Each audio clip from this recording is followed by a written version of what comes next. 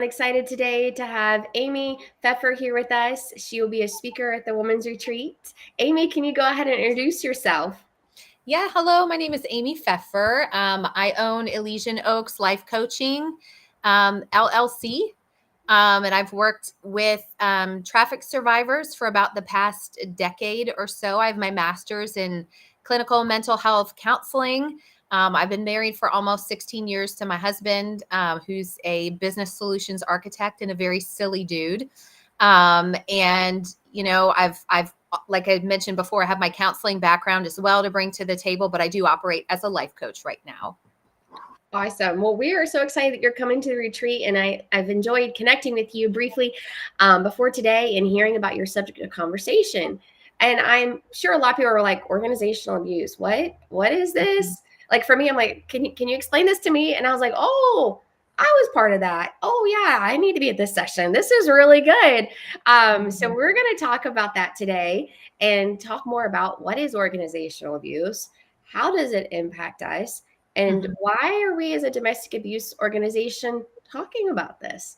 Because I think these are important things to address. So stay tuned, and I'm excited to talk about this today. So let's get started. And that is, can you tell us about what you were speaking out about at the retreat? Yeah, so it's called organizational abuse. And as we were talking about a little bit ago before we jumped on the live, um, these are individuals that are part of cult-like environments. And that can include many different facets of what does a cult possibly look like. So we have culture, right? And so in our socially engineered society, what do we all think of as socially appropriate? Well, within these cult sects, and it can be multiple different facets or faces of what this could look like.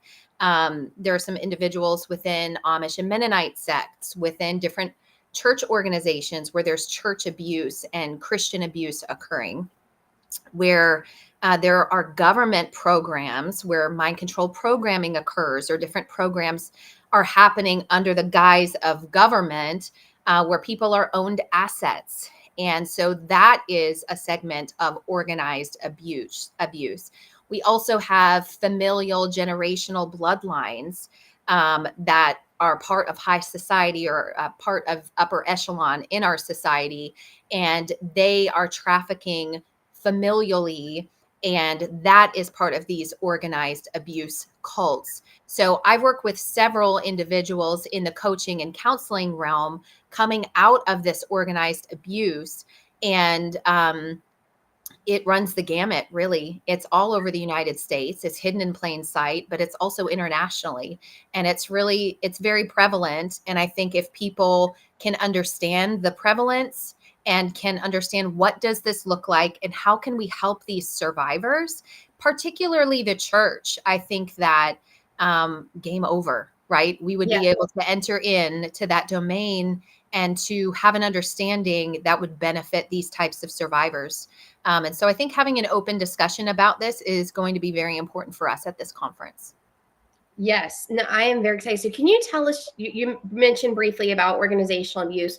Can you tell us briefly, like what type of abuse occurs? Briefly touching that into organizational abuse.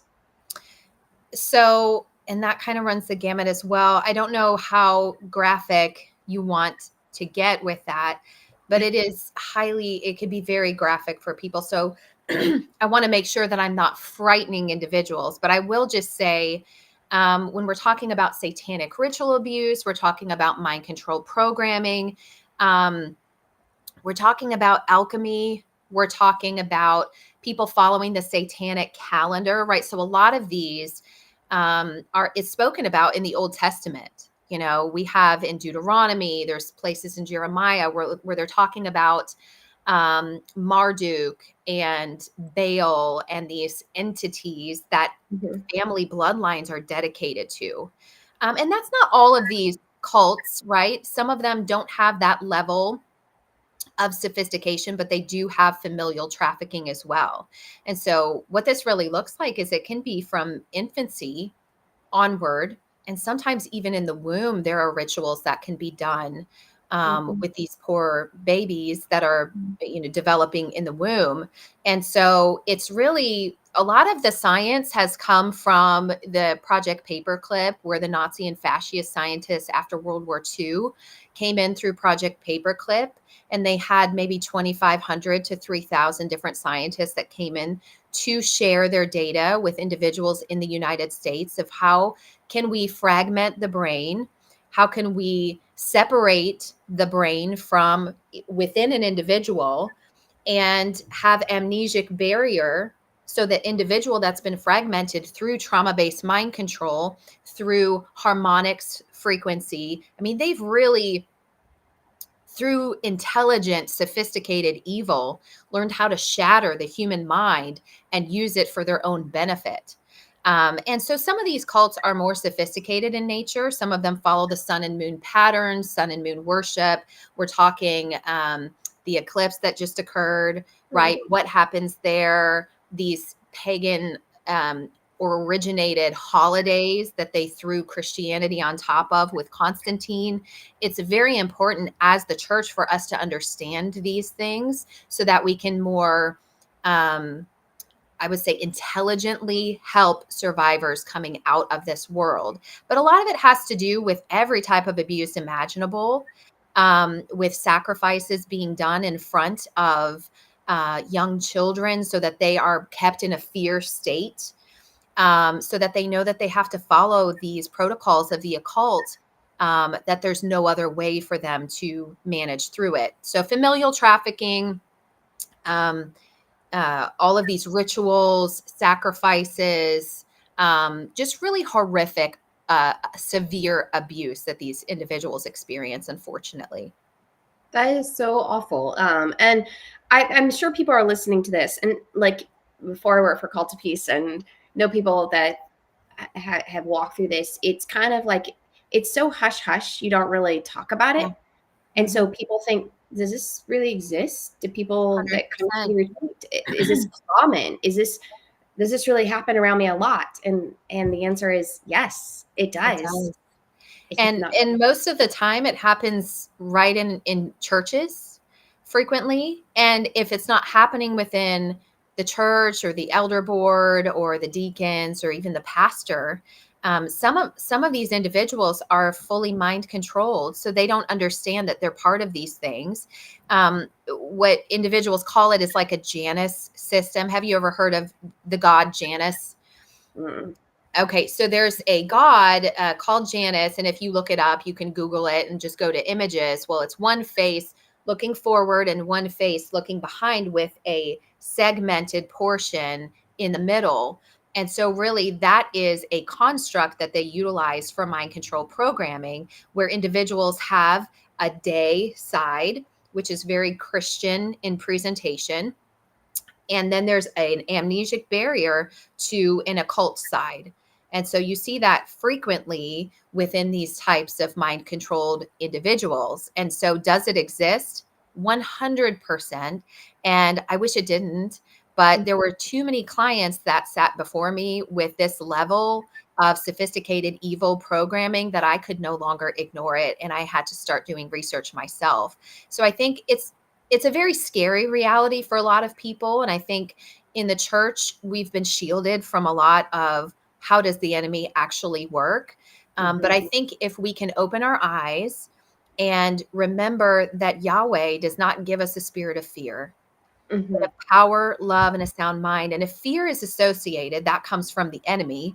But we also need to understand how the enemy works in order to combat the enemy. So if you're playing any sporting event or any games, right, from a football team perspective, you have to study your opponent in order to win, typically, yeah, especially professionally, right? And so if we are professional followers of the one true God, we probably should know what the enemy is up to in order to combat and defeat the enemy. yes. And so from my understanding, this session here would be the one that you're doing that is open to everybody. It's an organizational abuse, the title of it, I believe, and it's Mhm. led with a couple others, is very good for people helpers, especially those. that are serving alongside those who are abused, because you're encountering. So it's good for you to be aware of this and be educated. It's also good for survivors that think they may have experienced this type of abuse in their life, or know they've experienced this type of abuse in their life, and they want further education on those things. And so, and then from there, if you attend this, if you want further information, you will be invited. You'll be doing some other sessions as well, that for those who come forward and say, hey, I would like to attend some other sessions in this. So I'm looking forward to that. And then I just wanted to ask a little bit more too, just so I can understand, encompass this for those who are wondering more about this is, well, guess we'll get into, maybe we should go here first. Sorry. One is, how does this connect with domestic abuse? Because there is an interconnection. What are your thoughts on that, and what do you see in your clients? Yeah, well, actually, it goes hand in hand, because typically individuals are paired with what you would call a handler, or a John, or a trafficker, or a programmer. Like all of those individuals kind of run together. And so cults, when an individual tries to get out of a cult, that's how they start to recognize that they were actually involved in organizational abuse and a cult-like environment. Because you see, if they're pulling out all the stops to try to get you to come back into the cult, it's probably a cult. And so domestic violence goes hand in hand, because these individuals that they're sending after them kind of stand in a programmer capacity or trafficker capacity. And so many of these individuals, women and men, can be severely abused in coming out of it and trying to pull them back into it. So yeah, it definitely goes hand in hand, and it happens. Domestic violence happens within the families of origin as well. So I think that it's very much paralleled and coupled together. Thank you for explaining that. And then you mentioned there's some other sects that are involved in this too. And we mentioned some of the ones that are, that contain stuff that a lot of Christians maybe aren't familiar with, which is sad. We should all be familiar with these things. Can you tell me too, you were saying that this also, some sects of the Amish, Mennonites, and you were saying Gothard, that is to basic principles, also has that. Can you explain that, maybe how organizational abuse exists in some different realms? Yeah, so with those specifically, and it's not every single sect. And so I want to make sure that people understand I'm not broad brush stroking or overgeneralizing and saying everyone coming out of every single one of these backgrounds has organizational abuse. But I will say, in many of these sects, it is very prevalent that organizational abuse is happening from the top down. And so one of the things that I'll be covering is called the BITE model. And so the BITE model talks about cultic control. It talks about behavior modification. It talks about thought control. It talks about emotional control, and it talks about information control. So information obviously is after the B, which is behavioral BITE model. And so it's important for people to understand, how do these cults do it? If people are starting to recognize that what's happening is severe abuse, why aren't more leaving? And it makes total sense, especially with your domestic violence example, right? Why wouldn't they just walk away? Why wouldn't it be easy to walk away? Well, unfortunately, these are people's closest attachments. Yes. And they understand that, especially the people that are in control and are in the authoritative positions. So when you have these types of individuals that understand how the human mind works, they understand that humans in general, and if you look at the Milgram study, you can see that we are hardwired for obedience. We want to trust those in authority positions over us. And so that's why more people aren't getting out of these cults. That's why more people aren't leaving domestic violence situations. It's because these are the only individuals that those people have. And so it makes leaving a paramount activity. How can someone leave and be successful in leaving when they don't have anyone outside of the cult to help them?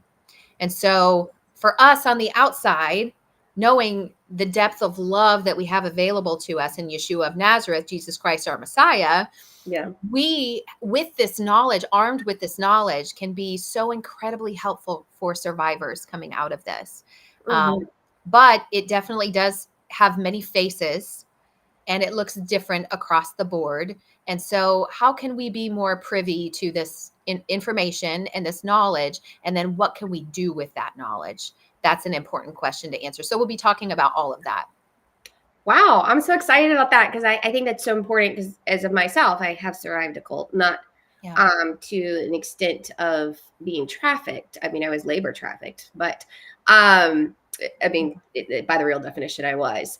But it is a very much programmed thing where they have played you and they have manipulated you and left you so afraid of the world that if you leave, they basically, I mean, I was close to Gothard, basically told me Satan was going to come after me and destroy me. Right. He would give examples about people coming after to destroy me because God gave me such great potential.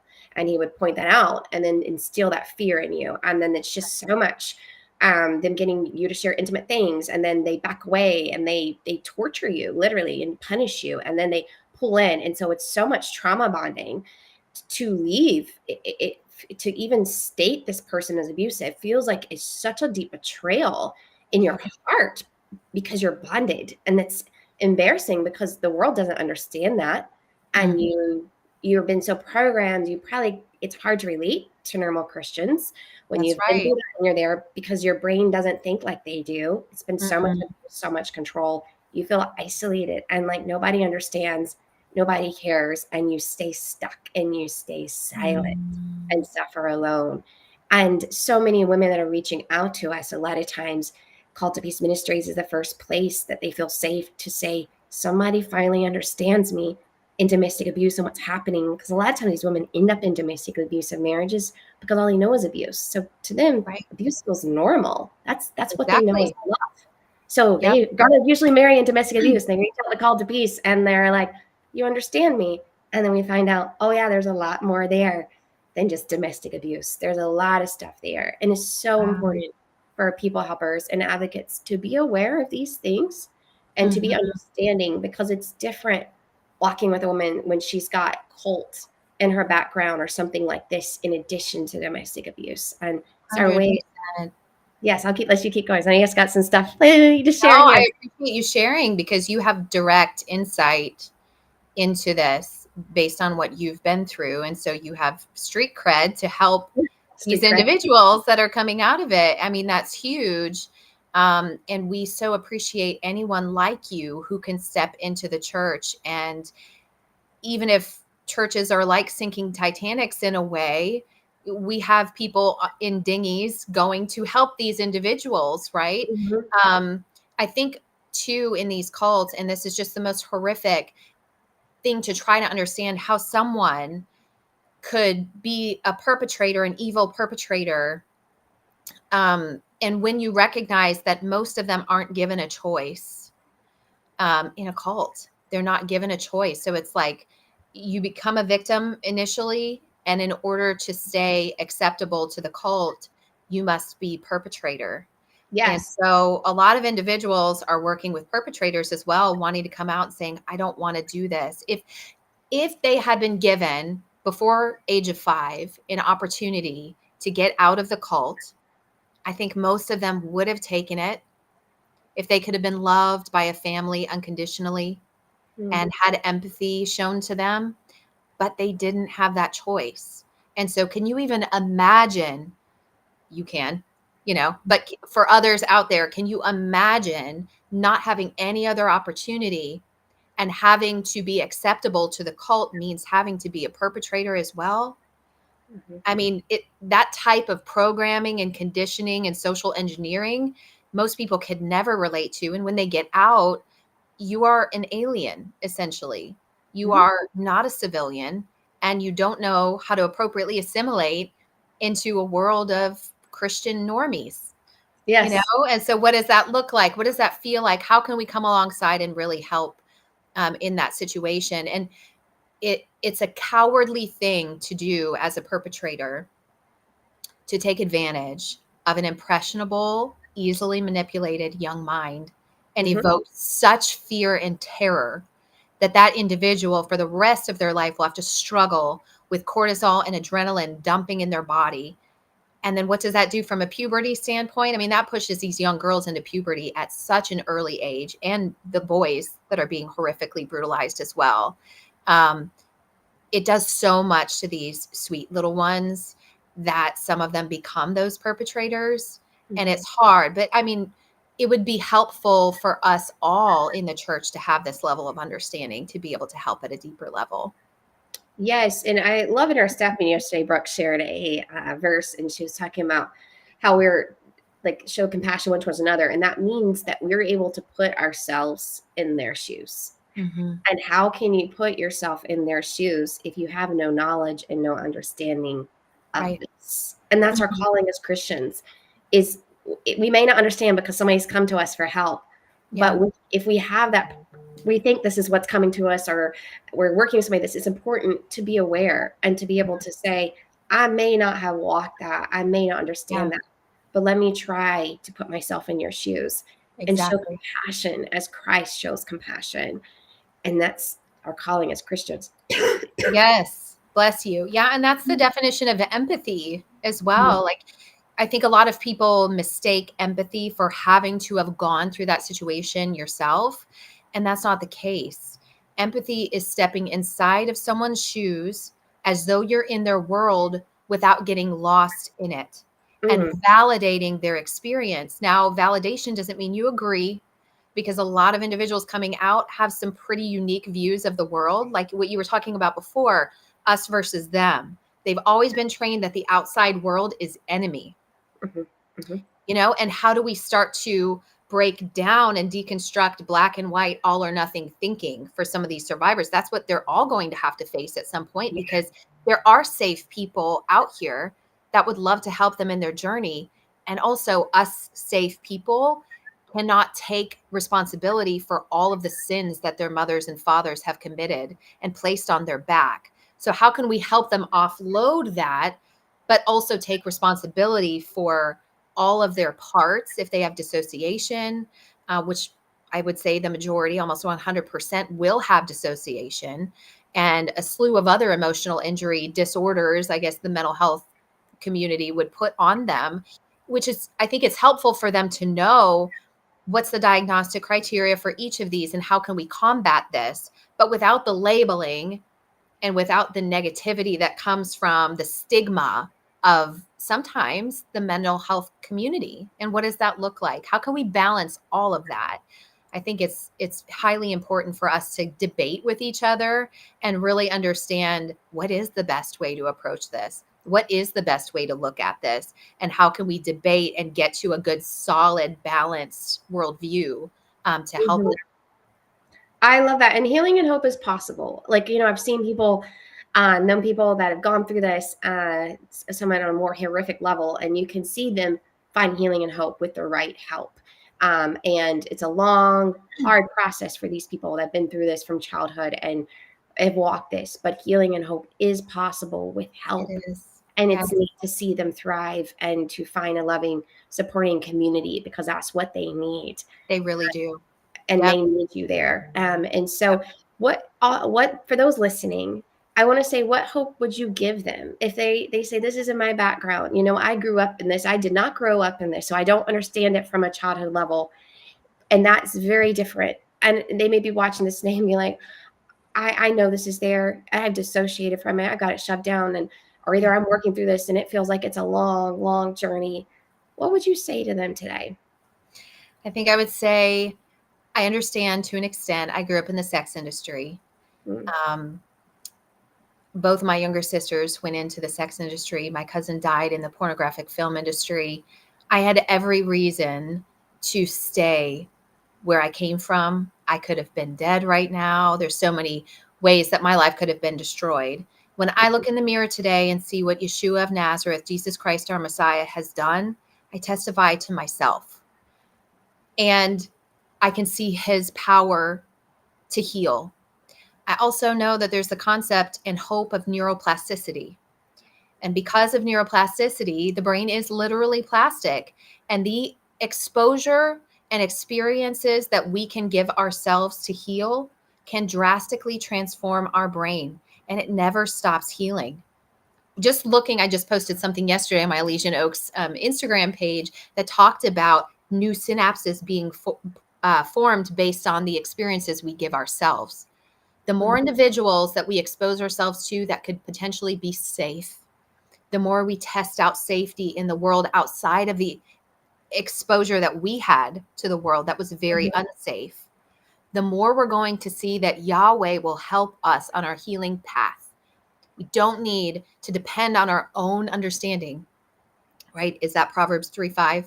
Yes. Yes. Lean Yes. on your own understanding. Do Yes. not lean on our own understanding. His ways, his thoughts are higher than ours. If he began a good work in us, he is faithful and just to complete it until it is done. He will finish it. And so Amen. there is an aspect of trust, and it's hard to trust an unseen God. And sometimes you have to wrestle with him. And that's Yeah. one of the major things that I love working with clients on is deconstructing their inappropriate faith that was thrust on them with Christian abuse, Yes. and reconstructing with the truth. Speaking truth to lies is probably the best way that you can heal, is speaking truth to lies. And it has to be spoken to the little parts of us that have been so shattered and broken, the parts of us that don't trust humanity anymore because of what we've gone through. Yahweh never wanted you to go through that. And I'm sorry that your family of origin put you in a place that you were severely abused and fragmented, but he will pick up the pieces, and he always does a beautiful tapestry out of a really negative life if we let him. And so that is the hope that I have found, and that's the hope I would want to share with the ladies that come to the conference. Wow, that is beautiful. That is so beautiful. I want to go back and replay that. That was gorgeous. He's Thank you amazing. for sharing that. And God's hope is so Welcome. real, and I just cannot emphasize enough the importance, like you were mentioning, healing is possible in loving, understanding relationships and how that rewires the Yes, brain and heals. And so it's so 100%. important for people helpers. I recommend being here so that you can be part of their healing community Yes. and healing process, and love on Yes. these people that say they have this in their life. Even if you meet people at the retreat and you're like, I don't understand your background, or just love on them and know Yeah. that they're here and wanting to know Jesus the same as you. And I love what you said about wrestling God. I think that is the hardest part of overcoming abuse in these situations, is God was used as your abuser, 100%. and you have to wrestle it, and it's Yeah. okay. And God meets you in those things, and God understands, and God says, I know what it's like to be betrayed by my own word, because that's what Jesus killed Jesus. So we Oh, that's want exactly right. it's okay to wrestle. It's okay to cry. It's okay to fight and Yes. scream out to God and say, why? And let him meet you, because he meets us in our raw, vulnerable state. Yeah. Well, and that would be, honestly, if what these perpetrators spoke were truth about your intelligent designer, your creator, that would be the biggest betrayal in history. That your intelligent designer would create you and then exploit you and abuse you. And so can you imagine just so many of these survivors walking around with such broken hearts, knowing or thinking that they know that not only did their family of origin feel that they weren't good enough to protect, but their intelligent designer that created them is betraying them. That's the deepest pain that you could ever carry. So speaking truth to those lies is incredibly important. 100% what you're saying is very powerful. Wow, that breaks my heart. To know that, and I know that's what they were told, that God created them to be abused, and Right. that's not our God. It's not. It And is as not. you can say, you can wrestle him, and you can find him, and he can handle any anger you have. Well, and what I will say, Israel, right? The definition of Israel, the meaning of the name Israel is to wrestle with God. And so we must do that to walk through all of this vapor and get to the solid foundation of truth. We have to figure out what the actual truth is. One thing I know in working, it's not only possible to heal, it is very possible. I see it happen every day. And so these individuals, as long as they're willing to wrestle and get to the other side, they will find that solid foundation in Yahweh, and they Mm-hmm. will know why they were created. And honestly, when they find healing, these individuals can lead the church because they have wrestled and seen the depths of depravity like none of us have. They Mm-hmm. have seen the greatest evil and tasted the greatest depths of hell. And when Mm-hmm. they can get out and they can wrestle with this warfare and they can understand that they're more than conquerors because of Yahweh, because Mm-hmm. of what Christ Jesus did for us, these people can lead our church and they could lead us in the end times. I honestly believe that. Wow, that's so beautiful. You're like just touching my heart so much because I'm just thinking of people I know are been through that and their faith is solid and deep Yeah. and real. And they're the type people you go to when you're hurting and Yeah. they don't always have like the answers, but they somehow connect with you and can speak truth and life into you like nobody else. And Because they know the depths. They know the depths of despair, but they know the majesty of God. mhm. And how powerful is that? Yes. Well, I'm excited you're going to be here and I'm excited for everybody at the retreat and getting to know new people and hearing new stories and seeing new glimpses of how God restored and redeemed them because that just magnifies my own faith and gets me Yeah. excited about God and who he is. So I'm looking forward to meeting you in person too at the retreat. This Me is going to too. be so awesome. Y'all, we're 2 weeks away to registration ends in a week. Sorry, excuse me. I did this yesterday too because writing you. We're 3 weeks away from the retreat. 1 week away from registration closing out, and we are getting almost full. That's So we are at 415 people. So it's going to be a amazing. very large retreat, Yeah. and we have a few spots left. So if you're wanting to come, please sign up. And we're very excited. There's still time. So thank you for joining us today. Thank you so much for having me. I'm looking forward to meeting all the women that come. Me too. I'm excited to meet everybody coming. So hope all y'all have a good day, and we will see y'all soon. Thanks. Bye.